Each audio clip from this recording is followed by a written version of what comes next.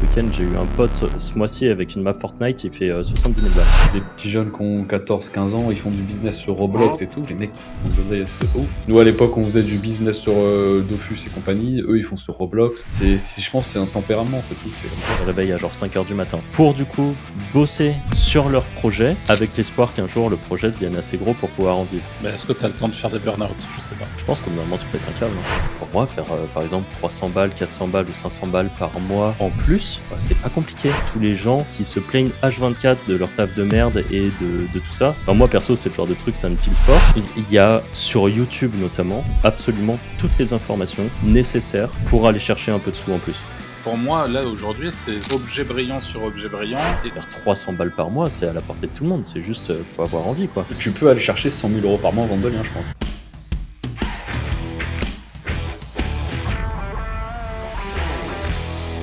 Bonjour et bienvenue dans ce nouvel épisode du Wizards Podcast. Aujourd'hui, comme d'habitude, je me retrouve avec Franck et Anthony. Bonjour. Salut. Bien le bonjour. Je m'attendais à ce que vous me disiez salut, mais c'est vrai que je vous ai pas dit salut avant. Donc je comprends, vous me laissez en plan, ça fait plaisir. Alors l'épisode d'aujourd'hui, ça sera sur le fait de construire un side business quand on est salarié.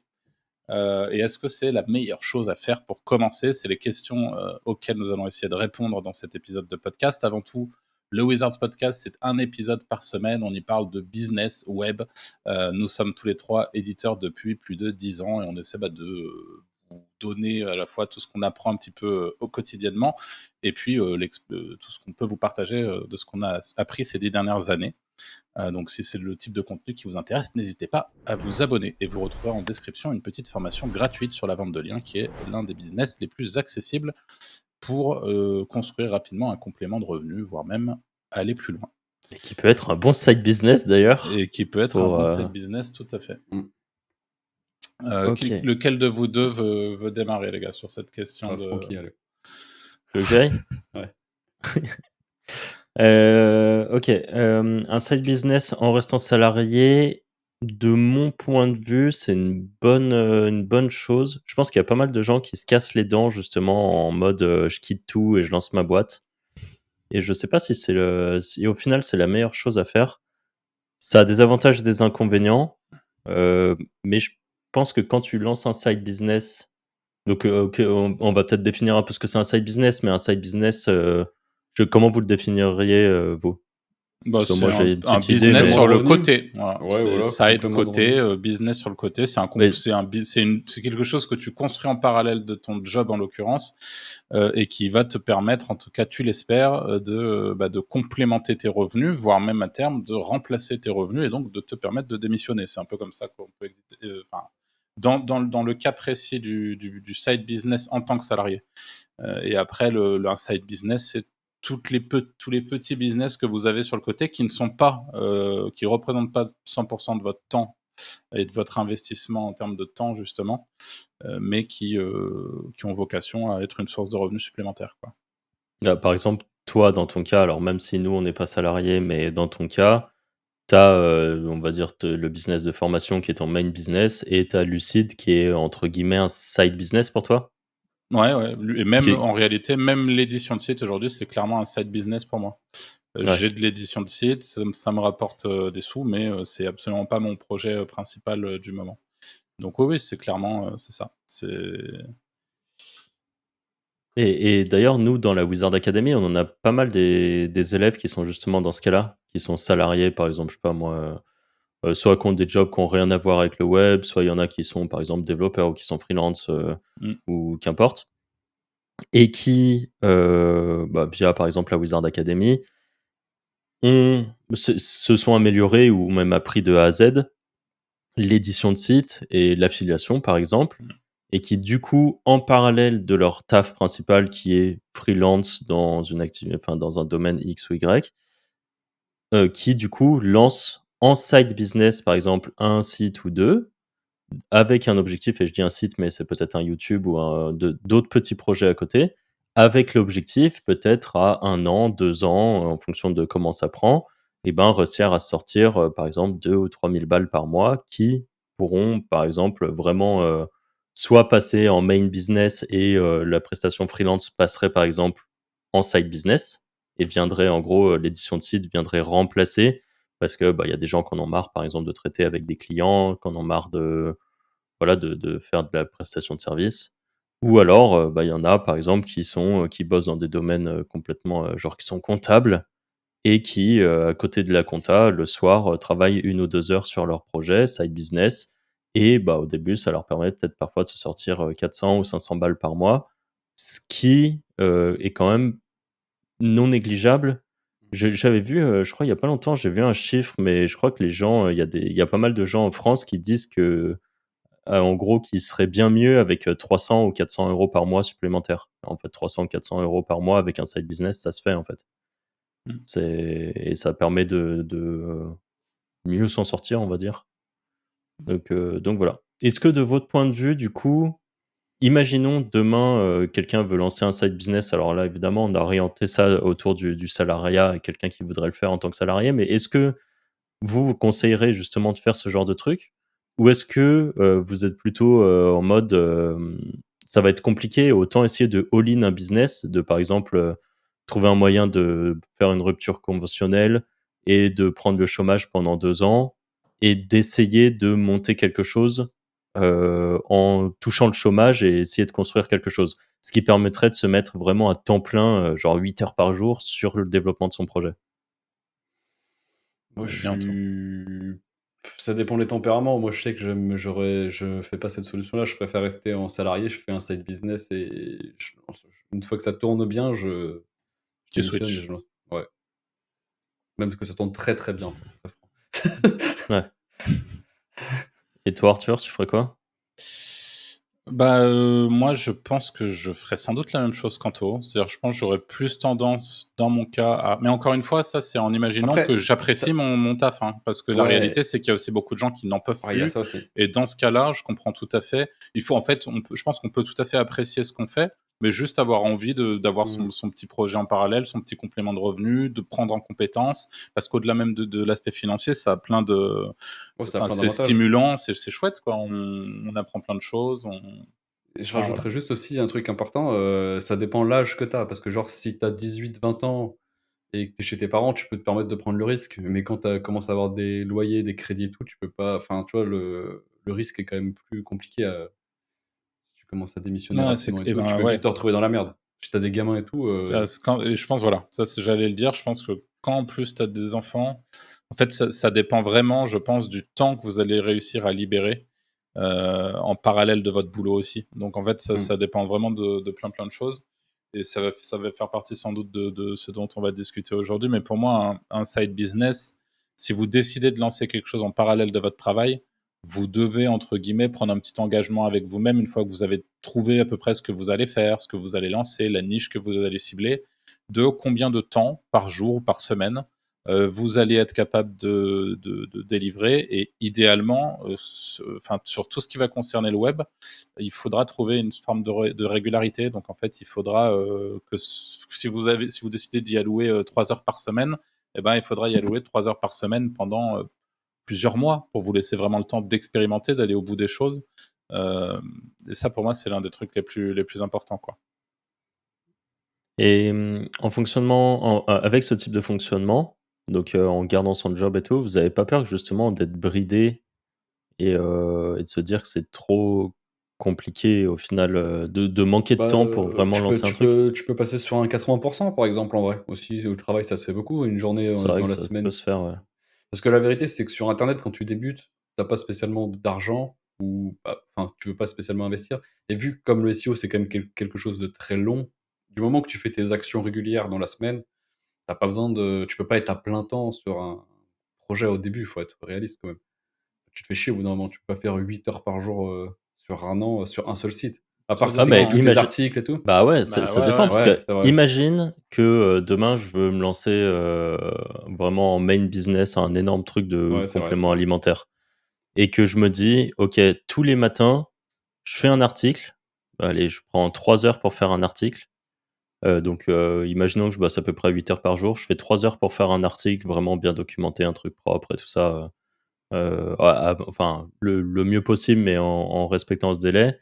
Pendant 1 heure, je vais faire du style ninja linking et l'après-midi, Je fais scripting plus vidéo YouTube Ouais, c'est vrai. dans un format sans forcément faire une vidéo de méga professionnel, mais plutôt un truc où, bah, un peu comme toi, Arthur, ce que tu as essayé de faire sur ta nouvelle chaîne là pour le test.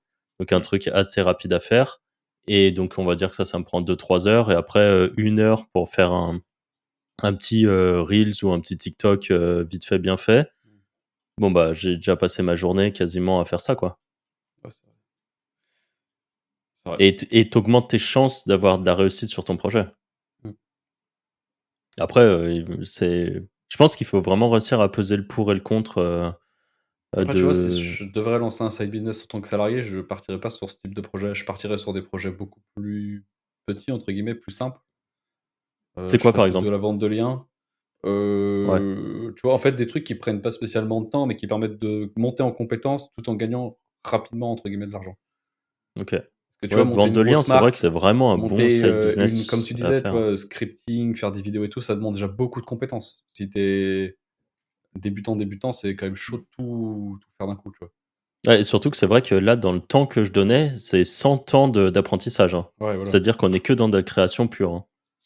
Alors que avant de faire une bonne vidéo YouTube, faut quand même s'entraîner, enfin pas s'entraîner, mais il faut quand même bah, comprendre ce que c'est qu'un hook, comprendre ce qui fait que ça va fonctionner, comprendre peut-être un titre qui est percutant, ce que c'est qu'une bonne miniature, ce genre de petits Mmh. trucs.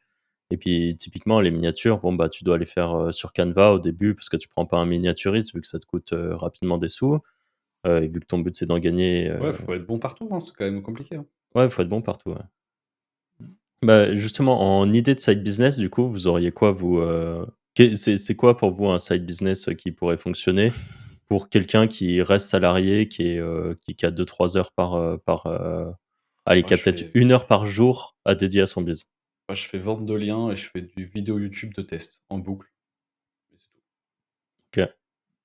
Et je Toi, pense que Arthur, je tu m'en ferais sors bien quoi? en vrai.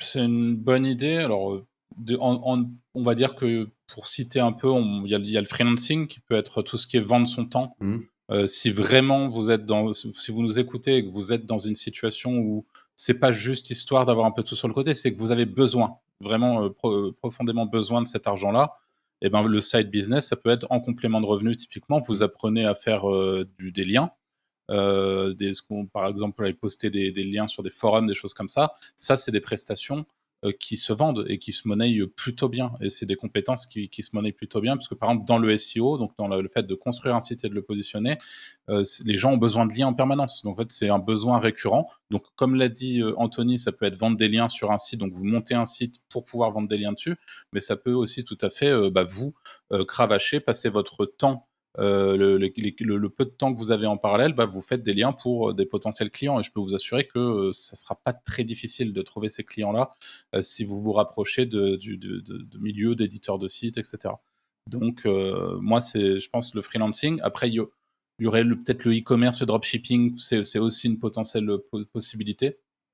Et évidemment, ben, l'affiliation, au-delà de ce qu'a déjà dit Anto. Donc, sans doute que c'est peut-être là-dessus que tu partirais de ton côté, Franck, faire des sites de niche Tu pas des sites de et niche? Je pense que je ferais que des réseaux sociaux de niche. Je pense que je ferais que via réseaux sociaux perso OK, si j'ai besoin de résultats rapides. Le ouais. seul problème des réseaux sociaux, c'est que c'est cool parce que tu as des résultats rapides, mais qu'après tu es ultra dépendant de tes Ouais, mais réseaux. Le par exemple, jour. si tu fais une chaîne de review, par exemple, tu aimes bien les compléments alimentaires, tu vois? Une chaîne de review YouTube où tu fais que des compléments alimentaires, il y a pas de raison qu'elle se casse la gueule, hein. Mmh. Ah ouais, un YouTube, ouais, mais si imaginons que je fais ça Ah sur Instagram, ah oui, par contre, bah, oui, le d'accord. le jour où je fais pas de vidéo, je gagne pas de sous, Ouais, quoi. ouais, c'est sûr. Mais par contre sur YouTube, je suis d'accord, hein, tu fais des reviews de compléments alimentaires, il y a clairement des choses à faire. Tu fais des reviews de tools, ça fonctionne, tu fais des reviews de plein de trucs, Ouais, bah, il y a en vrai, pour vraiment. moi, c'est un des meilleurs moyens pour gagner de l'argent à l'heure actuelle, hein. Ouais, Si, tu te dis: «Tu fais une vidéo par jour sans montage», en vrai, à la fin de l'année, tu as 365 vidéos, bah, je pense que tu en vis, hein. ouais, ouais, il y a de fortes chances, ouais. Mmh. Je sais pas à quel niveau tu vis, mais en tout cas, tu te sors, pas mal de sous, je pense. Ouais. Et puis en plus de ça, si ta chaîne, elle a vraiment grossi, tu des demandes de sponsoring, tu plein de Mmh. trucs, hein. Ouais. Après, il y a peut-être une chose que vous avez et que le débutant qui nous écoute n'a pas, c'est comment monétiser, quoi Ouais, monétiser, sur quelle niche partir, quelle vidéo faire, enfin, tu c'est vois? sûr. Parce que c'est toujours pareil. Nous, on est quand même dans une logique où tu vas pas faire une vidéo où tu t'appelles ou que tu vas appeler, enfin, je sais pas, Créative. bienvenue ou non, mais j'en sais rien, et où juste t'expliques que enfin, tu vois, c'est quand même, il faut qu'il y ait un minimum de Mmh. sens derrière ce que les gens vont construire dans leur side business, quoi. Mais Euh, bon, ça après, enfin, tu vois, bon, quelqu'un qui découvre le Wizard Podcast avec cet épisode-là, on a plein d'épisodes, notamment sur les niches et tout ça. Suffit d'aller fouiller un peu et d'aller regarder. Et on donne quand même pas mal d'idées, quoi. Pas mal de choses qui peuvent être faites et qui peuvent rapporter des sous. Mais voire beaucoup de sous à long terme. et qu'est-ce que vous diriez à quelqu'un qui nous écoute et qui se dit, dans tous les cas, moi, j'ai absolument pas le temps d'envisager de créer un side business. C'est vraiment, il a un travail trop prenant, il a peut-être des enfants et tout. Vous lui dites quoi? Bah, de pas le faire, hein. En fait, si tu pars défaitiste en disant: «J'ai pas le temps de le faire», bah, fais-le pas, tu vois? C'est sans Vous faites pas partie de la team où vous pensez que le temps, ça se trouve? Si, moi je le pense, mais par contre j'ai Mais arrêté d'essayer ouais, de c donner enfin, tu vois, les gens s'ils sont pas capables de le trouver en fait, le truc, c'est que je pense que tu as beaucoup de gens qui partent archi défaitistes en se disant, «C'est impossible, je pourrais pas, de toute façon la vie est dure, gagner de l'argent c'est trop compliqué, les seuls qui gagnent de l'argent c'est déjà les gens qui sont riches», quoi, en gros. Enfin, moi ce genre de discours je l'ai entendu, 500 fois. Dont des gens à qui j'ai dit: «Bah, si tu veux, moi, je t'apprends un peu à faire des trucs, je te montre ce qui marche» et ils essayent 2 heures et en fait, bah, la vie est trop dure, quoi, tu vois? Trop compliqué. Alors qu'à côté de ça, tu discutes avec des mecs, sur, le Discord des Wizards, enfin, tu discutes avec des gens, il y en a, ils ont juste, bouffé plein de vidéos YouTube, et que le soir, au lieu de regarder, tu vois, même si tu as des enfants, même si tu as tout ça, il y a un moment où, bah, évidemment, il faut faire des concessions et au lieu de prendre, 2 heures pour aller faire, enfin ou 1 heure pour aller faire un Call of ou un FIFA ou regarder une série ou un truc comme ça, bah, c'est sûr que tu fais un truc qui est moins fun, mais bah, tu essayes de lancer un truc et après c'est toujours des choix à faire. Mais perso, j'ai arrêté d'essayer de motiver qui que ce soit parce qu'en fait, tu le vois très vite, les gens qui sont motivés et qui vont faire des choses. En fait, c'est ça mais ça se voit, mais instantanément. Tu rencontres quelqu'un tu rencontres, tu as 10 personnes devant toi qui te disent, «J'ai besoin de gagner, 500 € en plus par mois».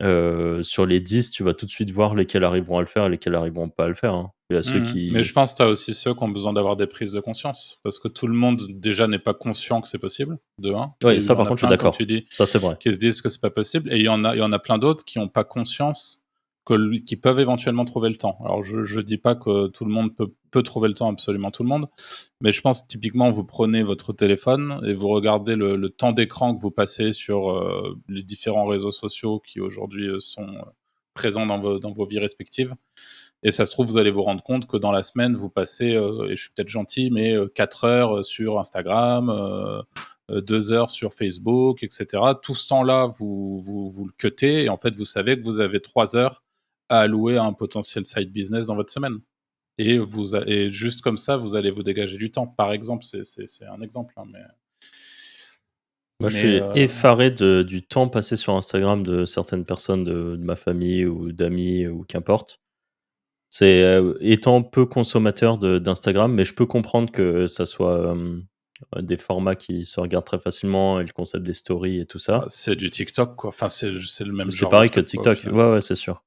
Mais je suis effaré du temps qui peut être, alloué à ça, hein, vraiment et c'est, et par exemple, tu vois, j'ai mon cousin, mais qui le vit très bien, mais lui, je crois que pendant un moment, il regardait quasiment 1 heure d'Instagram le matin, 1 heure le soir, donc ça faisait déjà 2 heures par jour d'Instagram, quoi Mmh. et ce qui lui convenait et voilà, mais tu vois, on sait qu'il aurait potentiellement 2 heures, enfin, aujourd'hui, je sais pas s'il le fait encore, mais il y a une époque où c'était ça, quoi et j'ai d'autres amis qui, eux, avaient mis un espèce de bloqueur de temps.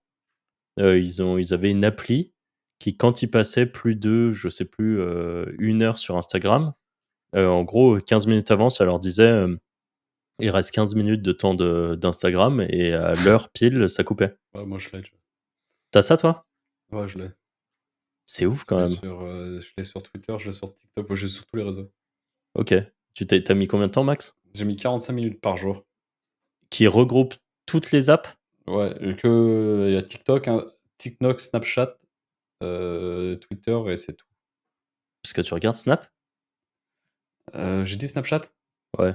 Non, non, bah Non, non, c'était TikTok, Instagram. Instagram. TikTok, Instagram et X, ouais, parce que c'est les 4, tu vois, elles sont déjà verrouillées aujourd'hui. OK.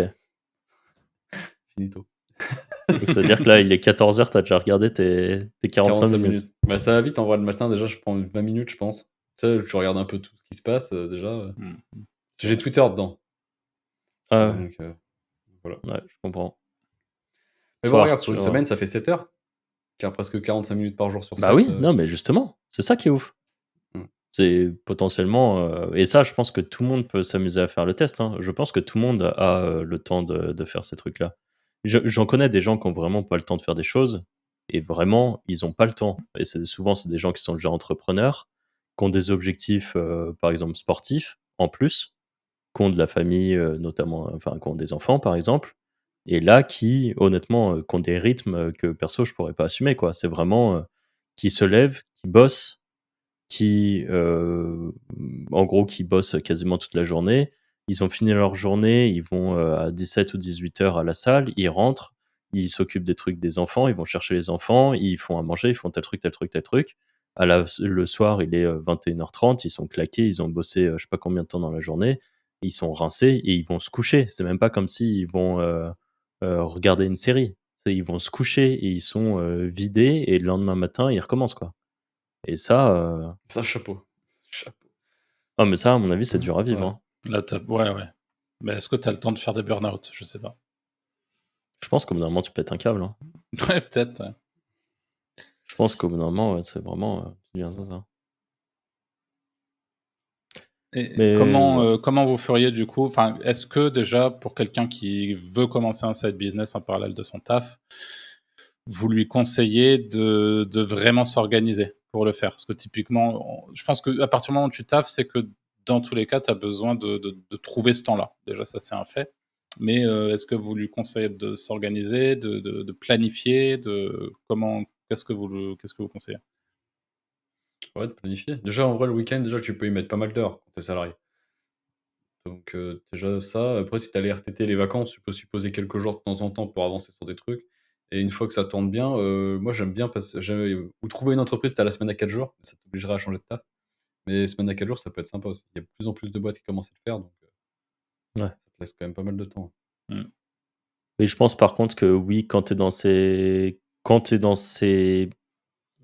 contraintes-là, donc vraiment contraintes de salarié et familiales, par exemple, je pense que là, par contre, tu peux pas te dire, «Je vais faire ça à la zeub, dès que j'ai une demi-heure, je vais dessus».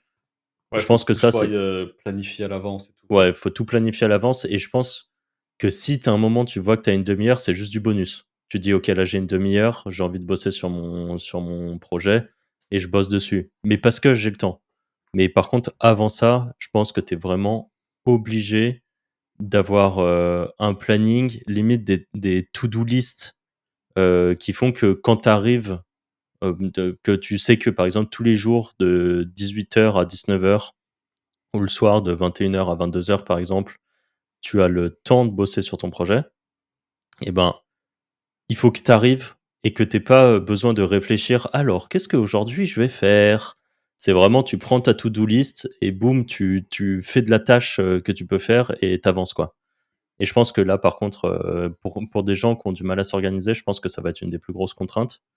Mais, et pour donner d'autres exemples de gens qui faisaient ça, il y a des personnes que je connais qu'au tout début quand ils avaient commencé, dans d'autres projets, pas du tout comme nous, plus, projets, type start-up et tout ça, mais ça remonte un petit peu, qui avaient leur taf la journée et qui du coup mettaient des réveils le matin, plus tôt, genre 2 heures plus tôt que ce qui se levait déjà, donc je parle de réveil à genre 5 heures du matin, pour du coup bosser sur leur projet avec l'espoir qu'un jour le projet devienne assez gros pour pouvoir en vivre et pouvoir, quitter leur taf, tout ça. Ce qui fait qu'en gros, ils commençaient à 5 heures du mat, ils bossaient sur leur projet à eux, ensuite ils allaient au boulot et ensuite le soir, ils avaient leur vie et par contre pareil, c'est des personnes qui à 21 heures étaient couchées. Tu vois, en fait, Vous savez à qui ça me fait penser ou pas, ça? non, vas-y. Moi. Spoiler, c'est l'un de vous deux. Toujours moi. pas d'idée. Bah ça alors. Bah Mais oui. tu te souviens Ah, pas, ouais. Anto qui dort habillé et Ouais, moi, pour je se me lever levais. Ah mais direct et oui, aller mais c'est bosser. vrai que toi tu Ouais. faisais ça. Ouais, avant d'aller en alternance, ouais, je me levais 1 heure plus tôt, ouais. Non mais Pour tu lancer vois, mes donc scripts et tout, GSA et tout. Donc, bah ouais. Excellent. Bah comme quoi, tu vois, c'est la preuve et ça a fini par payer. ouais. Bah après, moi, au taf, pareil aussi, ça peut être bon, ça dépend des travails que vous avez, mais moi, je travaillais beaucoup là-bas, au final, parce que j'étais au support informatique, donc bon, c'est quand t'as plus de tickets, t'as plus de tickets, quoi. Ouais. Et donc, j'avançais quand même beaucoup sur mes sites, et dès que j'avais du temps, bah, j'écrivais mes articles sur place, et j'avais des petites techniques, tu vois. Après, tu développes des petites techniques pour essayer de faire sous-marin, mais j'écrivais mes articles sur Outlook, par exemple, tu vois. Comme ça, les Ah gens ouais. pensaient que je faisais des mails, et en fait, j'écrivais mes articles, et puis voilà, tu vois. Je pense que tu peux avancer aussi un peu en Zoom comme ça, et voilà. Il y en a énormément qui sont bien planqués, hein. Moi, j'en connais pas mal qui ont des postes vraiment planqués en salariat. Planqués, ça veut dire quoi? Ça veut dire grosso modo, ils sont assez relativement tranquilles, voire même j'en connais qui passent une bonne partie de leur journée à jouer, mais pas chez eux en Ah ouais. télétravail, hein, à Ah. jouer au travail. Genre, ils ont Ouais. tourné l'écran, ils ont fait toute une strate de zinzin. Et en fait, ils sont sur des jeux flash ou je sais pas ce qu'ils branlent, mais toute la journée, en fait, ils jouent, quoi. Ils bossent même plus, ils sont payés à rien foutre. Et la réalité, c'est que peut-être c'est votre cas. Si c'est le cas, bah écoutez, si vous êtes épanoui Bah, comme ça, ça, tant mieux pour vous. ne partez Mais jamais. là, vous pouvez, mais là, surtout, vous pouvez bosser sur plein de trucs. Ah ouais, En fait, vous avez grave le temps, quoi, plutôt que de. Tu sais que j'ai un de mes très bons potes, ça fera rire Quentin s'il écoute ce podcast, mais on a un pote en commun qui bosse, dans une, très grosse boîte depuis, très longtemps et qui joue la journée à TFT et en fait, ça fait des années que cette personne, bah, on lui dit: «Ce serait stylé que tu fasses un biz à côté», tu vois? Si tu as envie d'avoir des sous en plus, fais un truc.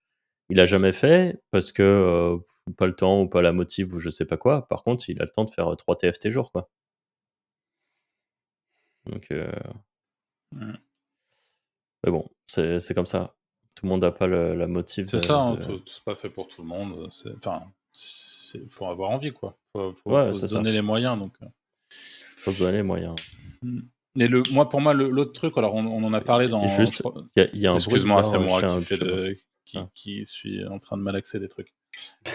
Sur la partie, il y a la malaxe, partie malaxe. objectif, qui est quand même, on en a parlé dans le dernier podcast, mais pour moi, il faut, si vous décidez de, encore une fois, à mon avis, il faut pas que ça soit trop léger comme décision. Faut que faut que vous engagiez, faut que vous trouviez le temps. Et il faut, à mon sens aussi, vous fixer un objectif long-termiste. Donc, quand je dis long terme, c'est au moins sur un an, par exemple, et de vous dire, bah, moi, je vais lancer mon side business et mon objectif, c'est de faire ça, d'arriver à construire un site qui a autant de pages, d'arriver à construire une chaîne YouTube qui a tant d'abonnés ou qui a tant de vidéos publiées, d'arriver et en fait de vous fixer et de noter vraiment cet objectif. Il faut que ça soit clair. Pour le coup, si vous avez écouté notre dernier épisode, on en parle et on explique à quel point c'est important d'avoir ce type d'objectif. Et je pense que dans le cas où vous montez un side business en parallèle de votre boulot de salarié, c'est vraiment très important parce que ça va vous permettre de tenir la distance, ça va vous permettre de vous aider encore une fois dans cette logique d'organisation et de structurer. Vous savez quel est l'objectif final et tout ce que vous allez implémenter doit servir votre objectif final. Et voilà, je pense que quand on part avec un objectif, c'est bien mieux. Donc, à mon sens, faut faire ça. Et peut-être la question que vont se poser les gens aussi, c'est ouais, ils sont bien gentils, mais qu'est-ce qu'on lance? Parce que c'est vrai qu'il y a peut-être des gens qui nous suivent, qui peut-être découvrent cet épisode, se retrouvent dans ce cas de se dire bah, est-ce que c'est jouable de lancer un side business quand quand on est salarié? Nous, on dit oui, certes, mais que faire? Bah, je pense c'est ce que disait tout à l'heure Anto, hein. Par exemple, la vente de liens, c'est un vrai side business, hein. C'est un vrai side c'est en plus de ça, c'est un side business, mais qui peut devenir un gros business, on connaît des Ouais. gens qui font Et 100 c'est K un par mois avec. des biz, en vrai, les plus accessibles, hein. Parce que même si t'es entre guillemets «une chèvre» en SEO, Mais c'est t'as pas pas du besoin de SEO. ranker, en fait. Ouais, c'est Ouais. ça, en fait. Donc t'es pas dans les problématiques de filtre. Du moment que tu fais ton taf correctement et que t'as un peu de trafic et que t'as des métriques, tu vends en fait. Ouais. Donc c'est vraiment le truc. Tu peut-être un peu plus un travail de démarchage d'ailleurs parce que Ouais, c'est ça. tu peux vendre en direct, T'es pas ouais. trop tributaire des mises à jour non plus, en vérité. Bon, un peu quand même, hein, tu te fais fracasse, hein, Ouais, en mais c'est fait, toujours la même chose, c'est tu donc fais full merde. ouais, mais bon, quand tu fais de la vente de liens, tu fais par défaut full merde, hein, la plupart du temps. Ouais, tu vois, mais si tu te construis bien à la base, tu vois, tu fais un article sur 3, tu mets ta vente de liens, tu de faire un truc à peu près quali, il y a 0 raison que le truc il tombe, hein. C'est pas Ouais, faux. ouais. Mais Donc toi, Arthur, tu ferais quoi? Bah, comme j'ai dit, je pense que ça sera ça aussi, hein. Ouais, Enfin, c'est ça. ça ou petite vidéo YouTube, mais c'est au-delà de ce monde de l'édition. Alors il y en a un qui est très bon pour tout ce qui est side business et on le reçoit justement, bientôt, c'est Gérald Faure. C'est aussi ça fait partie des questions que je vais lui poser, donc au moment où vous regardez ce podcast, peut-être qu'on aura sorti celui avec Gérald. Mais lui, il est très bon pour ça et je crois que ce que fait Gérald, c'est que lui, il fait un petit peu de publicité. En fait, si tu veux, il a une idée de niche, par exemple, ça peut être beaucoup de choses et en fait, pour vite être fixé sur le potentiel réel, il va monter une landing page assez simple, donc on est sur vraiment cette partie MVP. Il va faire un petit peu de publicité et d'acquisition payante pour vite tester, en fait, mmh. Mmh. l'intérêt du produit et ça peut être une idée aussi pour accélérer un peu et pouvoir analyser si votre idée de base est bonne, par exemple, en fonction de l'idée. Et évidemment, comme tu l'as dit, pour tous ceux qui sont plus techniques, et j'en ai vu, moi j'ai eu en call assez récemment un des membres de la Wizards Academy qui justement est développeur de base. Donc lui, il est développeur, il bosse pour des clients en tant que développeur en freelance. Et il a pris dans sa boîte un stagiaire à plein temps pour pouvoir mettre en place les conseils qu'on donne au sein de la Wizards Academy, en gros. Donc il a un stagiaire, oui c'est ça, hein. Il a pris quelqu'un, ou un alternant peut-être, stagiaire, je dis peut-être une bêtise, mais il a pris quelqu'un qui gère du coup toute sa partie édition de site et side business. L'objectif étant pour lui Mmh. d'aller derrière sur de l'édition et d'être un peu plus flexible et de pas reposer uniquement que sur la vente de son temps à Mmh. ses clients. Et ça peut aussi être une manière de voir les choses. Et d'ailleurs, c'est une question que je voulais vous poser aussi. Est-ce que vous conseillez aux gens parce que c'est une question qui va se poser, mais l'investissement, le financement du side business, qu'est-ce qu'on fait? On utilise ses économies personnelles? Combien ça coûte? Comment est-ce qu'on peut financer et quoi financer, quoi, grosso modo? Par exemple, dans le cadre de la vente de liens, ça coûterait quoi en taux de faire ce que tu as dit? En vrai, t'achèterais des petits domaines à 30-40 balles au début, t'en achètes une petite dizaine, je pense, avec 500 € de start. Si tu commences, tu fais du DeepL, de la traduction, c'est gratuit. En vrai, pour 500-600 €, je pense que tu as un bon start et tu peux très vite monter à 400-500 € de vente de liens par mois, hein. Avec, ça te ferait quoi? 10 sites? Bah, tu les fais, ça te ferait un article à 50 € ou 2 articles par mois par site à 25 balles. Tu les fais, hein. Et en vrai, c'est le Ouais. truc le plus rapide sur internet pour faire de l'argent. Il y a zéro truc, qui concurrence la vente de liens, hein. En fait, je pense que c'est aussi en fonction et tes revenus, de base et est-ce que tu es prêt à investir des sous. Si tu déjà des sous de base, et que tu es prêt à dépenser, 10 000 balles pour ton side business, très rapidement, tu pourras avoir des gros résultats, en fait. Parce que très rapidement, tu pourras dans le cadre de la vente de liens, par exemple, tu pourras, rapidement, par exemple, prendre des gros noms de domaine Mmh. expirés. Bon, pour ceux qui comprennent pas trop les termes, on en parle assez souvent dans différents, podcasts, donc vous pourrez en écouter d'autres, mais des noms de domaine expirés, c'est le fait de récupérer des anciens noms de domaine, donc juste le nom d'un site quoi, le lien, on va dire. Donc par exemple, tartampion.com, mais qui avait déjà servi à une entreprise et tout ça et en fait, le fait qu'elle ait une sorte d'historique, parfois ça donne un bonus qui est intéressant, notamment pour la vente de liens. Encore une fois, dans la formation qu'il y a en description de ce podcast, on en parle plus en détail de tout ça, donc de cette partie, recherche de nom de domaine expiré, tout ça. Hem et quelqu'un du coup qui part avec plus d'argent peut directement investir dans des gros noms de domaine expirés qui ont des gros potentiels et tout ça et parfois ça peut coûter 1 000-2 000 €. Mais par contre, derrière, en remontant quelque chose, il y a moyen de vendre des liens qui vont juste, eux, se vendre à déjà 200 €. Donc le potentiel de retour sur investissement, peut être plus gros, pas forcément plus rapide, mais en tout cas, le jour où ça devient, rentable, bah, ça devient vraiment rentable, quoi. Avec des petits sites, pour quelqu'un qui part par contre avec zéro argent, il y a plein de choses à faire. C'est juste qu'il faut vous dire que si vous investissez pas votre argent, il Mmh. faudra investir beaucoup de temps pour compenser. Parce que Mmh. encore une fois, et ben, il y a plein de trucs qu'il faudra faire, à la main, pour propulser les sites, pour, les faire connaître et ainsi de suite. Et puis pour rajouter du contenu dessus et pour, leur donner une autorité, on va dire. Et tout ça, c'est long. Et là, on parle de la vente de liens, mais imaginons que ça serait sur YouTube.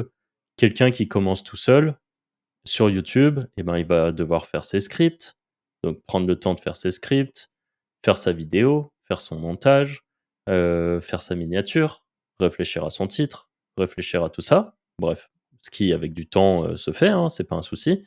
Mais quelqu'un qui débarque avec déjà de l'argent, et ben, pour le script, à la limite, si bon, il peut le faire, par exemple, mais ou alors il pourrait le déléguer. Mais la miniature, vu que c'est quand même un vrai boulot à part, bah, ça, il la délègue. Le montage, c'est pareil, c'est quelque chose qui peut être délégué à des personnes. Et en fait, quelqu'un qui arrive avec des sous, et ben, il délègue un peu toutes les tâches, pour se concentrer, par exemple, sur l'essentiel. Donc on va dire le script. Ou pour quelqu'un qui, lui, sait déjà faire du montage, mais pas le reste, bah, faire les scripts par quelqu'un et après s'occuper du montage et ainsi de suite. Mais encore une fois, là, il faut des sous. Donc pense que je pense que c'est en fonction d'où vous êtes et de Mmh. vos objectifs et de l'argent que vous êtes capable d'investir. Je pense que c'est toujours plus simple de commencer en ayant un petit peu de sous à investir. Je pense qu'avoir un Après, ça peut être aussi, ouais. parfois un peu quand tu as de l'argent, les gens, ils veulent tout sous-traiter direct et tout et quand tu as pas de Ah ça, compétences, par c'est là contre, où ça, c'est de la tu bêtise. Ouais. peux ouais, voilà, tu peux Tu peux te aussi faire vite, scammer un peu, hein. ouais, donc parfois, c'est pas plus mal de commencer avec pas grand-chose.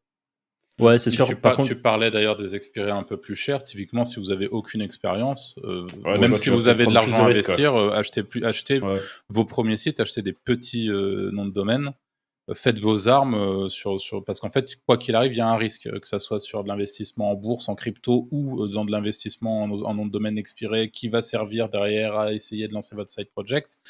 Le risque est là, donc il faut en être conscient et il En faut plus, faire attention. c'est ce qui peut être intéressant quand tu as un side project aussi, c'est que tu n'as pas besoin de cet argent pour vivre si tu es encore salarié à côté. Donc tu peux te Mmh. permettre de faire plus de gamble, sur ton ouais. side project avec l'argent, tu peux le réinjecter un peu n'importe où, pas entre n'importe où, mais tu as compris, quoi. Parce que si tu commences à vivre de ce projet-là et après, bah, forcément tes choix aussi, c'est pas les mêmes. Bah, moi, par exemple, je fais, de la vente de liens justement en side business. C'est pas du tout, l'objectif de faire ça d'un main business, mais j'ai quelques petits sites, où je fais de la vente de liens. C'est des noms de domaine expirés qui j'ai regardé l'autre fois, ils m'ont coûté 20 balles et ça m'a Ouais, ouais. rapporté mais des milliers et des milliers d'euros, hein. Moi, j'en ai un que j'ai payé 10 C'est € et j'en ai vendu 437 d'articles dessus. Sur ouais. mon seul domaine où je vends déjà, vous le connaissez. Ouais, ouais. Et Ça me bon, c'est fait des domaines à 10 balles, mais au final, tu vois, il a rapporté 4 300 € pour 10 € d'investissement. Ouais, c'est ça et après le contenu dessus, c'est quoi? C'est juste de la trad, des trucs à la Ouais, con, c'est de l'Altra 2. ouais. Là, on est 29 juillet au moment où on tourne cet épisode. Est-ce que, par hasard, vous avez regardé un petit peu justement le marché de la vente d'expirés, ces derniers temps? Parce que je me dis en plein été, ça se trouve les Pas du tout. acteurs sont en vacances et peut-être que il y a de meilleures opportunités, je sais pas.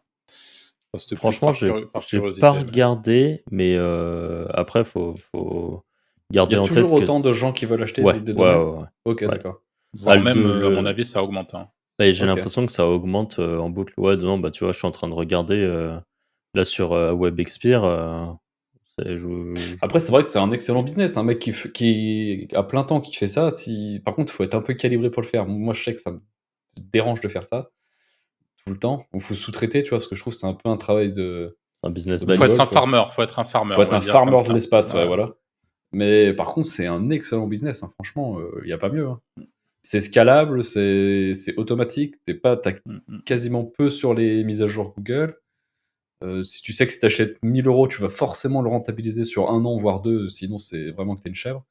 Donc franchement, Alors je vais juste rajouter un petit truc ici parce qu'il y a aussi une réalité, c'est-à-dire que si vous débutez, que vous avez pas trop de budget, que vous me lancez un petit site dans l'idée de faire de la vente de liens, Moi, j'accompagne quelqu'un en ce moment et c'est pas si simple. En fait, la vente de liens, ça devient simple à mon sens quand tu sais acheter des gros expiés, tu as le budget pour les gros expiés. Et là, en fait, si tu veux, c'est carton plein très vite. Enfin, je dis pas que c'est difficile, mais en tout cas, il y a toujours ce truc un peu SEO où c'est long. Les petits expiés, ça reprend pas nécessairement. Voilà. Alors que quand on rachète un gros site, on a tout de suite, très vite, on peut récupérer l'autorité du site, très vite, on peut lancer de la vente de liens et vendre 100, 200 euros en fonction de l'expi, voire même un petit peu plus parfois. Là où des fois, ça va être des 10 balles sur un domaine récent, vous allez passer du temps à faire vos recherches, les gens se tapent un peu plus sur les petits domaines que sur les gros, etc. Donc il y a En ce plus, truc-là. autre avantage vente de liens, c'est un business qui est vendable aussi, par rapport à des sites d'affi. Ouais. C'est quand même, en vrai, il y a beaucoup de cases qui cochent. Hein. Ouais. Oh, mais ça a pas mal d'avantages. Hein. C'est pas un business qui est archi compliqué. Après, c'est toujours pareil. Si t'as moyen d'en faire un truc plus compliqué et qui vraiment rapportera beaucoup plus d'argent, et là, ça demande des méga compétences d'automatisation. Et en vrai, tu montes une usine, t'as plein de prestats qui gèrent plein de trucs et tout. Mais ça, c'est l'avantage, c'est qu'en effet, c'est scalable jusqu'à un niveau où ça peut devenir vraiment très très gros. Ouais, tu peux aller chercher 100 000 euros par mois en vente de liens, je pense. Ouais, Si ouais. vraiment tu veux Oh, bah, il scaler y à en a l'infini, plein qui les font. Enfin, il y en a tu vois. plein. Il y en a plein, peut-être pas plein, mais il y en a plusieurs qui font des chiffres comme Alors ça. Et qu'aller là, on parle chercher juste du 100 000 marché en français. Hein. affiliation, aller chercher 100 000 en édition de site, affiliation, faut s'accrocher quand même. Hein. Ouais, bon après c'est toujours pareil en fait, c'est quelques exceptions Ouais, c'est qui sûr. Mais sortent, mais t'auras beaucoup plus de mal à le faire qu'en vente de liens. ouais, ouais, clairement. Mais donc en tout cas, ouais, de lancer un side business comme ça, je Après, je pense connais que pas du tout, d'ailleurs, l'étranger en vente de liens, c'est développé, pas développé? c'est très peu développé, mais ça se développe. Mais en fait, ils ont pas du tout les mêmes fonctionnements que nous, il y a pas mal de plateformes, hein, le la plus connue c'est WordPress. Ouais. Après il y en a d'autres, par exemple, il y a une plateforme qui s'appelle Grower qui est bien, enfin il y en a plusieurs. Ça vend dessus. Et il y a des endroits qui achètent de plus en plus, alors moi je suis pas dessus, mais des échos que j'entends, par exemple au Japon, ça achète de plus en plus. Est-ce que ce serait Heu, pas intéressant d'être précurseur? Je connais pas les prix des expirés là-bas, mais d'être précurseur sur des marchés comme ça? si, si, je pense qu'il y a clairement des choses à faire, pour vendre. C'est juste que tu fais un gamble de est-ce qu'à l'avenir ça deviendra plus gros? Est-ce qu'à l'avenir les gens vont quand même continuer vouloir acheter? Parce que par exemple, côté, anglophone, il y a un peu une peur, de l'achat de liens. Mmh. Ils Mais sont tu vois, si encore tu très commences à te diluer, tu t'achètes 10 domaines dans chaque langue, chaque pays, tu commences déjà à avoir un beau parc et au final, tu as très peu de risques. Tu bah, vois? il me semble que c'est ce que fait, Tremplin Numérique, hein. C'est ce qu'ils font tous Ouais, les 2, hein. Il me c'est semble vrai, c'est vrai. qu'ils scalent à l'étranger, beaucoup. Sans enfin, je veux pas m'avancer là-dessus parce que je suis pas sûr à 100, mais il me semble que c'est le cas, hein. C'est vrai que c'est vraiment un business scalable en plus, hein. Bah, ouais, et quand tu es bon pour trouver des noms de domaine expirés, ce qui est vraiment leur cas parce qu'ils trouvent plein de génios et tout de plein de langues différentes, ils avancent, quoi. En plus, c'est un Et business qui est processisable en vrai, aussi. oui, clairement, hein. Simplement. Mmh. Anto est en train de Non, découvrir mais sa nouvelle c'est vocation en live non, là. mais C'est moi, la vente de parti. liens, j'ai toujours trouvé ça hyper intéressant. C'est juste que, je j'aime pas déléguer parce que j'aime pas parler aux gens et le business en tant que tel, je le trouve pas assez intéressant donc mais sinon, je le ferais tout le temps. Mmh. Je pense que ça devient intéressant si tu as envie de faire un truc de zinzin avec. Tu vois, encore une fois, on en parle de se mettre des objectifs et tout. C'est si tu te dis: «Mon but, c'est d'avoir quelques sites et de faire, 5 ou 10 000 balles par mois», c'est pas un objectif de fou. Par contre, si tu te dis: «Mon but, c'est d'avoir, 1 500 sites full automatisés avec, de la trad en automatique, avec, enfin des trucs comme ça», ah là, tout de suite, tu te rajoutes des défis, Ouais, c'est vrai. qui peuvent rendre le truc plus sympa. Tu vois, je pense pas que en France, des gros vendeurs de liens soient des fans de la vente de liens. Dire Ouais, c'est vrai. c'est pas un biz qui est archi passionnant. Par contre, je pense que tous les process qui sont derrière, ça peut être grave stylé. De Ouais, c'est vraiment, lancer le truc, et vraiment te dire: «Je vais faire une façon de faire, assez inédite», et de faire des choses qui deviennent assez grosses. Ouais. Donc voilà. je vais devenir digital nomade, c'est un des meilleurs biz en vrai, le plus stable, le plus simple. Enfin, pour moi, je trouve que c'est Ah oui, bah, clairement, hein. Clairement, heu, mais je pense qu'il y en a beaucoup, parce que ça commence à devenir un business qui est quand même de plus en plus gros, même si je pense qu'il y a toujours de la place. Parce qu'en fait, ceux qui achètent des liens, ils ont toujours besoin de nouveaux liens. Donc en fait, ouais, c'est c'est un sûr. Mais j'ai besoin qui vu, est constant. Florentin son s'appelle, Ouais. Ouais. vend des liens. J'ai vu que là, sur le mois de juillet, il faisait 1 000 € par jour de vente de liens quand même. Ah ouais? Ah, Ouais. c'est OK, ah ouais, il Ça commence commence, tu à vois, ça commence à taper en vrai, hein. ouais, ouais. Ah ouais, je pensais pas du tout qu'il était à ces chiffres-là, tu vois? Ah bah non, il a mis au screen, il faisait 1 000 € de vente par jour.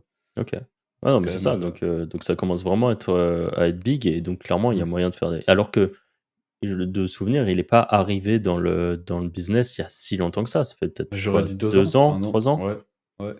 Donc tu vois, en farmant comme c'est un truc de farmer de toute façon ça, c'est comme tu dis C'est Arthur, ça.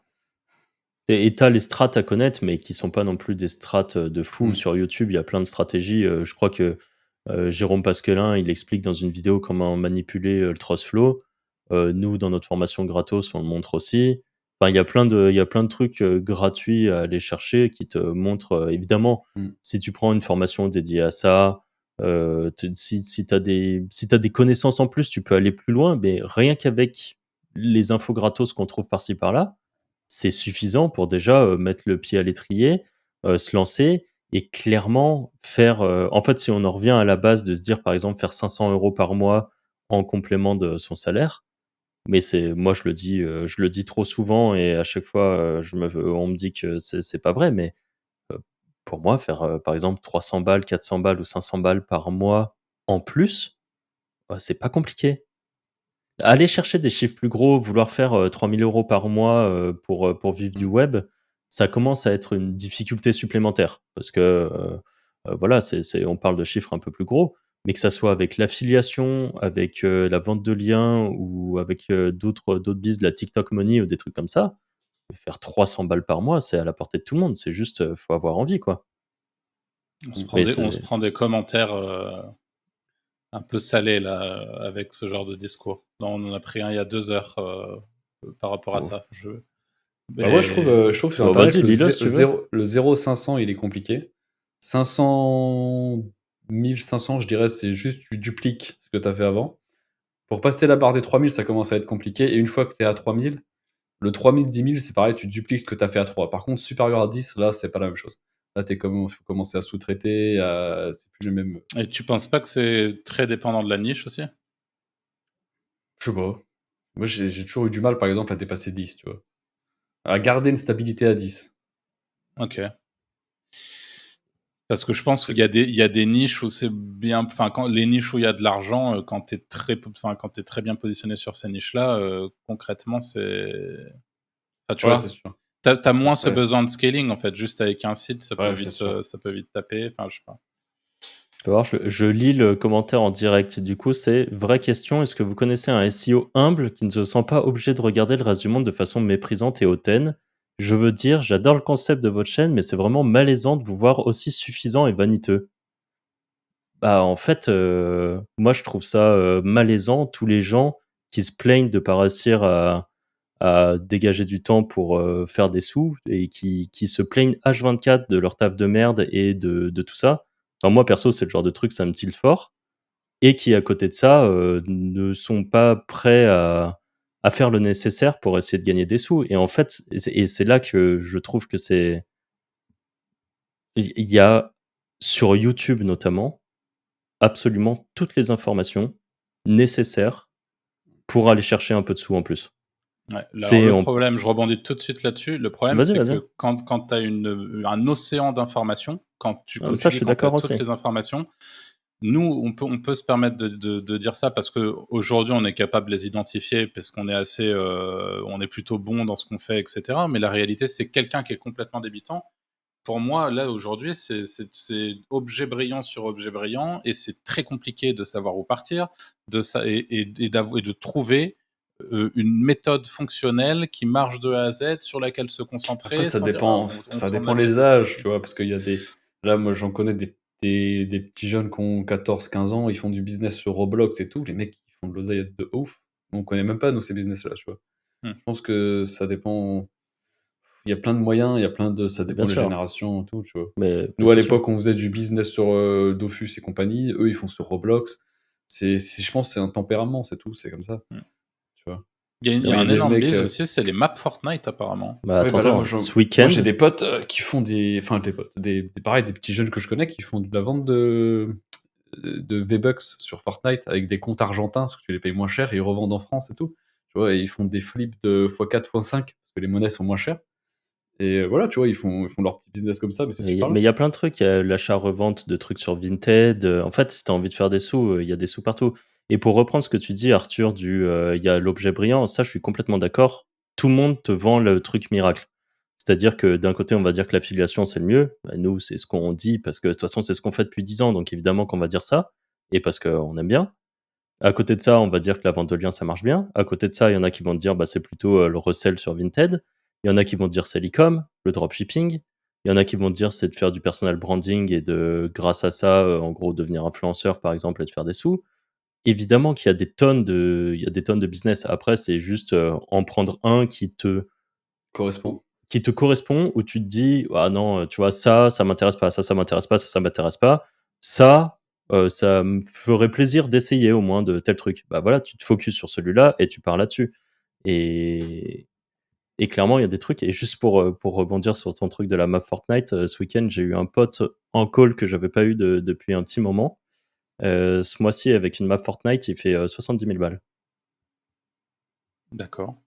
Voilà. Ah Donc ouais, tu vois, il y a des business que ça ça dépend des générations et tout, mais il y a de l'argent partout, en fait. C'est ça le qui est. Par ouais, contre, il mais faut connaître, tu vois. Nous, demain, on va faire une map Fortnite, on fera 0 €, on est éclaté au Mais sol. bien sûr, bien sûr. Il faut savoir quoi faire en fait, Mm.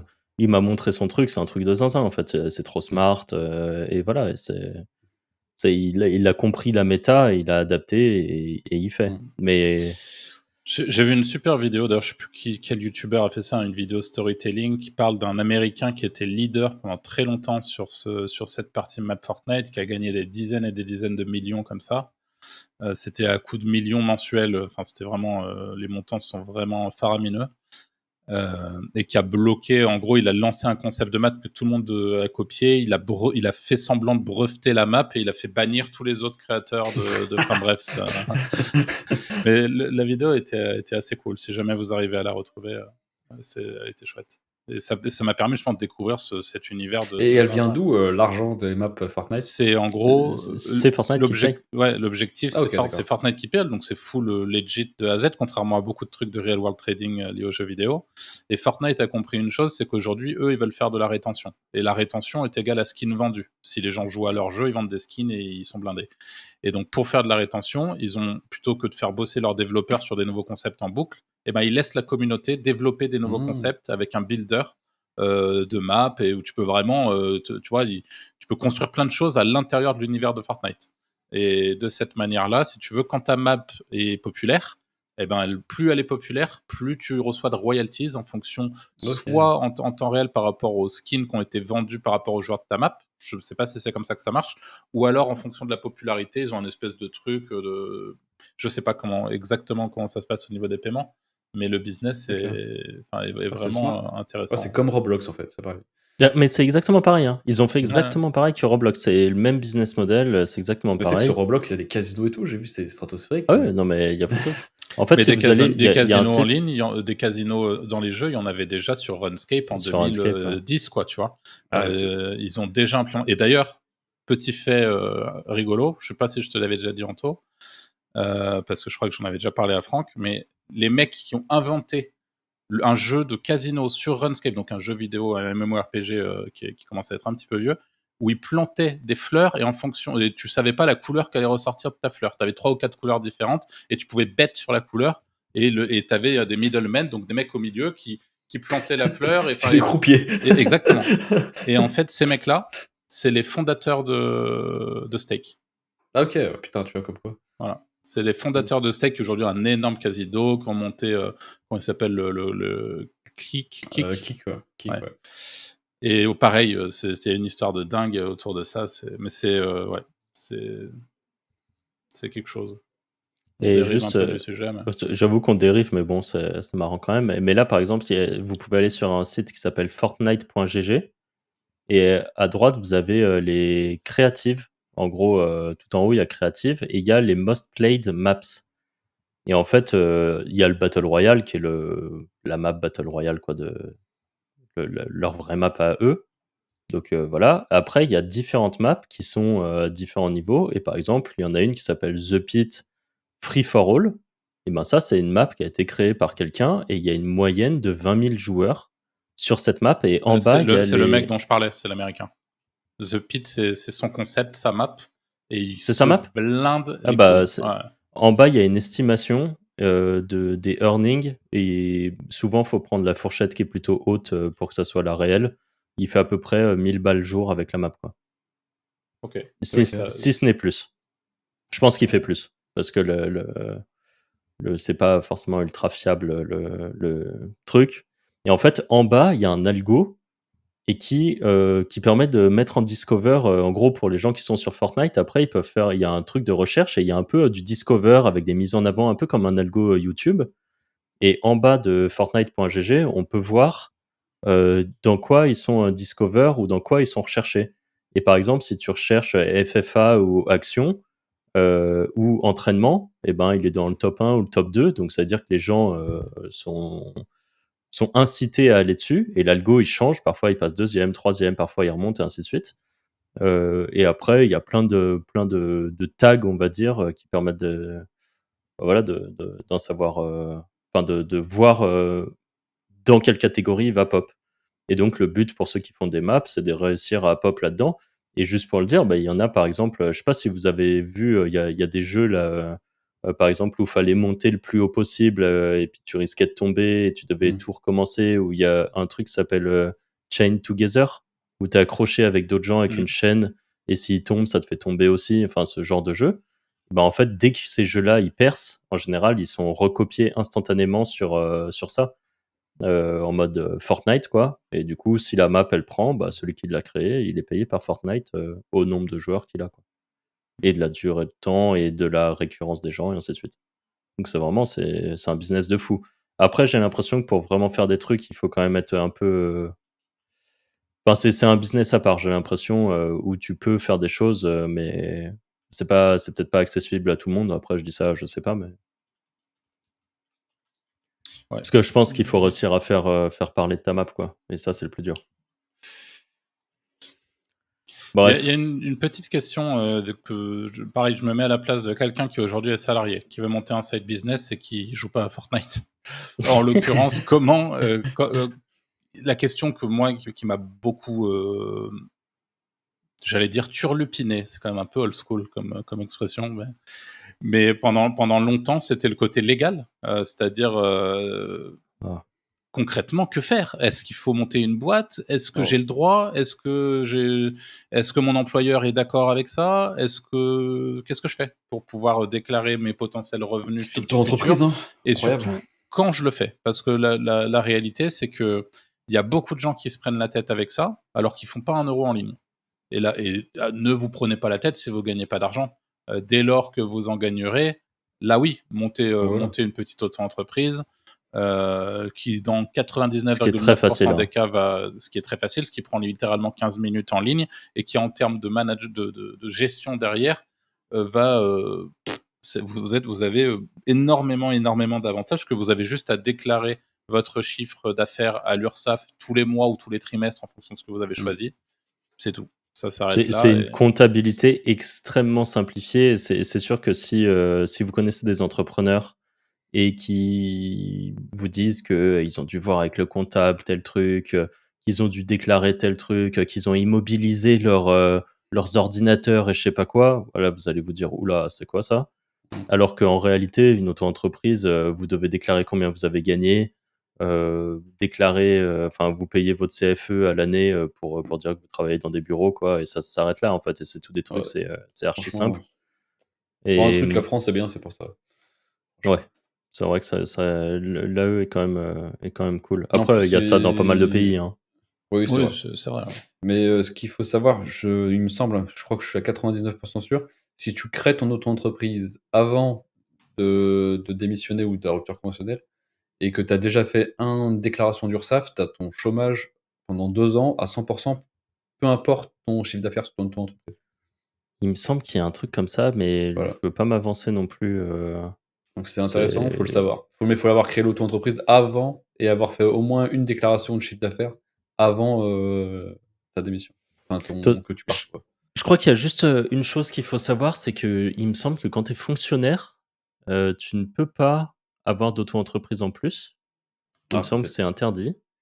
Donc bon, les gens qui sont fonctionnaires et qui nous écoutent, je pense que c'est compliqué, mais il faut se renseigner parce qu'il y a peut-être moyen de faire des trucs ou je sais pas exactement comment ça fonctionne, mais il me semble que c'est pas archi autorisé.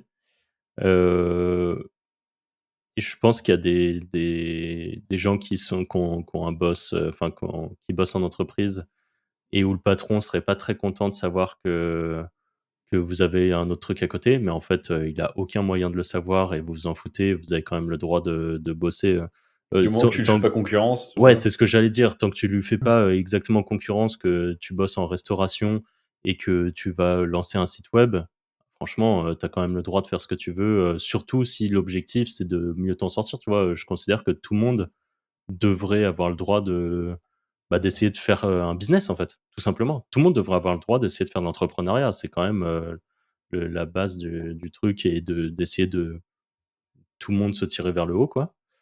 Heu et par contre, comme, exactement vous l'avez dit, attendez d'avoir lancé des trucs, de déjà faire un petit peu de sous et au moment où vous voulez récupérer cet argent, où vous voulez facturer et ben, là, à la limite, voilà, vous créez votre auto-entreprise, c'est très rapide et du coup, vous pourrez directement éditer votre facture et là, récupérer votre argent.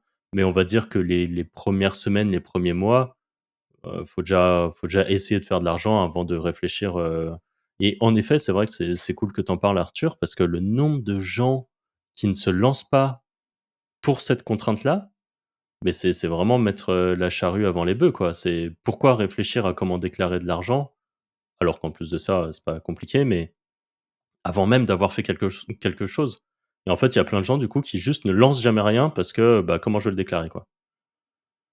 Donc voilà, c'est vrai que c'est peut-être une des contraintes que pas mal de gens ont et c'était bien de l'évoquer parce qu'en effet, c'est pas une vraie problématique, enfin, c'est une fausse problématique. Je pense que ça, c'est un moyen d'esquiver le truc et d'essayer de pas se lancer, quoi. Ouais, mais la réalité, c'est que, tu vois, moi, par exemple, c'est un truc qui m'a énormément freiné quand j'étais plus jeune. Mon premier business, je l'ai abandonné parce que je savais pas comment le déclarer convenablement. Enfin, j'ai été vraiment extrêmement freiné par ces problématiques-là, donc je pense que peut-être ça Ah, mais on va, était au début de la micro-entreprise quand tu as fait ça. ça, j'en C'était sais pas aussi rien, simple mais ça qu'aujourd'hui. mais ce qui est sûr, c'est que par contre, j'ai une phobie administrative qui est assez incompatible avec la facette, entrepreneuriale, quoi. Et pour le coup, je réinsiste là-dessus, mais l'auto-entreprise en France, c'est vraiment top et vérifiez, si vous êtes sur le point de monter une auto-entreprise, si vous êtes éligible à une aide qui s'appelle l'ACCRE, ACCRE, qui, vous permet de payer, c'est quoi? Moins de quoi? Bon, attends, Moins d'URSSAF. c'est moins d'URSSAF, mais c'est que 3 trimestres. Ah ouais? Ouais, Bah, c'est ça a déjà pas bien mal, hein, baissé, mais, hein. OK. Enfin, quand moi je l'ai créé, c'était 3 ans. Ah putain, Ouais. c'est dingue. Mais ça, là, pour le coup, avec l'ACCRE et compagnie, c'est le paradis fiscal français, là. C'est Mmh. vraiment, Avant, c'était vous 3 êtes au ans top, avant. hein. Dans la mesure, bien sûr, où vous n'avez pas de frais, parce que c'est un peu la limite, en fait, de Mmh. l'auto-entreprise. C'est dans l'exemple de la vente de liens. Si vous investissez 5 000 balles par mois pour acheter vos domaines expirés Ouais, ça en reste, tant qu'auto-entrepreneur, vous allez vite. Enfin, il y a un moment où voilà, c'est un peu chiant. Mais au-delà de ça, si vous êtes sur un petit business, un petit truc au début, c'est très très bien. Ou que vous n'avez pas de frais ou très peu, c'est bien. et puis en plus, d'ailleurs, rebondir, mais avec l'abattement, de 34 ou 50, ça dépend les catégories où tu es, mais quand tu es salarié, c'est bien pour ton impôt sur le revenu aussi, tu vois?